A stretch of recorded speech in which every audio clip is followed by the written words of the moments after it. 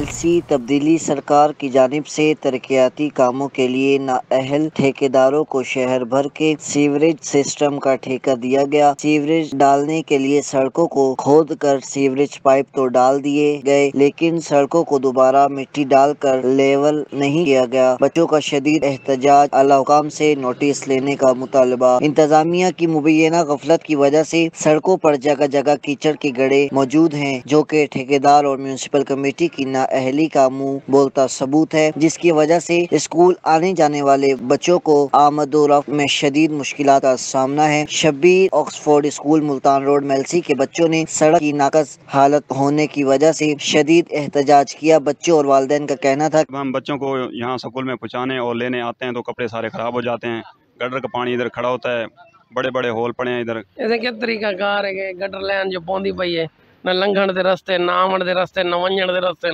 نہ بالوں کو پہنچا سکتے ہیں۔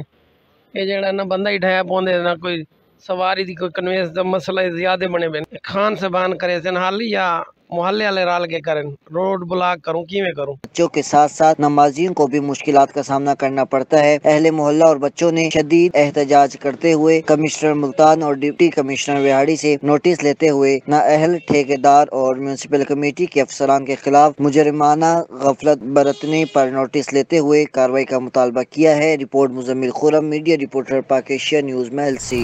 مانگا منڈی سابقہ UC نون لیگی چیئرمین رانا احمد سعید کے ڈیرے پر اسکول داخلہ مہم کے حوالے سے کارنر میٹنگ کا انعقاد کیا گیا، جس میں government higher secondary school Manga منڈی کے پرنسپل طارق غفور اور سینئر استاد مشتاق احمد اور معززین علاقہ نے شرکت کی۔ Principal government higher secondary school Manga Mandi نے علاقہ کے معززین سے گفتگو کرتے ہوئے کہا کہ اپنے بچوں کو مہنگے ترین پرائیویٹ اسکول میں بھیجنے کے بجائے سرکاری اسکول میں بھجوائیں، آپ کے بچوں کو سرکاری اسکول میں بہترین تعلیم میسر ہوگی۔ آپ پاکستان کے ماضی کی ہسٹری اٹھا کر دیکھیں تو آپ حیران ہو جائیں گے کہ پاکستان بنانے کے لیے جتنے بھی رہنما تھے سب سرکاری اسکول اور کالج سے تعلیم یافتہ تھے۔ آج بھی پاکستان بھر میں بڑی بڑی سرکاری پوسٹوں پر گورنمنٹ اسکول اور کالجز سے پڑھے ہوئے لوگ تعینات ہیں۔ مہنگائی کے اس دور میں غریب عوام اپنے بچوں کو اعلیٰ تعلیم حاصل کرنے کے لیے پرائیویٹ اسکول میں کیوں بھیج رہے ہیں؟ بچوں کے داخلے گورنمنٹ اسکول میں کروائیں، جس پر معززین علاقہ نے مکمل تعاون کی یقین دہانی کروائی ہے۔ اللہ وسایہ، کرائم رپورٹر پاک ایشیا TV مانگا منڈی لاہور۔ اوسطا محمد بلوچ کلچر ڈے بڑے جوش و جذبے کے ساتھ منایا گیا۔ بلوچی کلچر ڈے کے موقع پر شہر کے سیاسی، سماجی شخصیات اور کاروباری حضرات نے بھرپور طریقے سے شرکت کی اور اپنے الگ الگ خطابات میں شرکاء نے کہا کہ بلوچ کلچر ڈے منانے کا مقصد بلوچ قوم میں اپنی ثقافت کا شعور اجاگر کرنا ہے۔ بلوچ اپنی روایت، بلوچی لباس اور پگڑی کی وجہ سے اپنی ایک خاص الگ پہچان رکھتی ہے، جو ہماری آنے والی نسلوں سے ختم ہوتی جا رہی ہے۔ اس لیے ہم ہر سال 2 مارچ کو بلوچی کلچر ڈے منا کر ہم اپنی نسلوں میں اپنی ثقافت کا شعور اجاگر کرتے ہیں۔ سیاسی سماجی شخصیت نائب علی جان جتک نے کہا کہ 2 مارچ بلوچ کلچر ڈے ہماری شناخت اور ہماری پہچان ہے۔ بلوچ قوم نے ہمیشہ سے جہاں بھی جس جگہ بھی ضرورت پڑی سب سے آگے رہی اور اپنے ملک کی خاطر جانوں کا نذرانہ پیش کیا۔ ڈاکٹر عبدالحمید جتک نے کہا کہ بلوچ قوم بہت محبت کرنے والی اور مہمان نواز اور دلیر قوم ہے، جو پاکستان اور پاکستان کے ہر صوبے میں بسنے والے ہر انسان سے محبت کرتی ہے، لیکن افسوس بلوچ قوم کو دیوار سے لگایا جا رہا ہے۔ بے روزگاری، تعلیم اور صحت کے کاموں میں بلوچستان اور دوسرے صوبوں سے کم تر ہے۔ عابد بلوچ نے اپنے خطاب میں کہا کہ بلوچستان میں شدید بے روزگاری اور بلوچ نوجوان پڑھے لکھے ہونے کے باوجود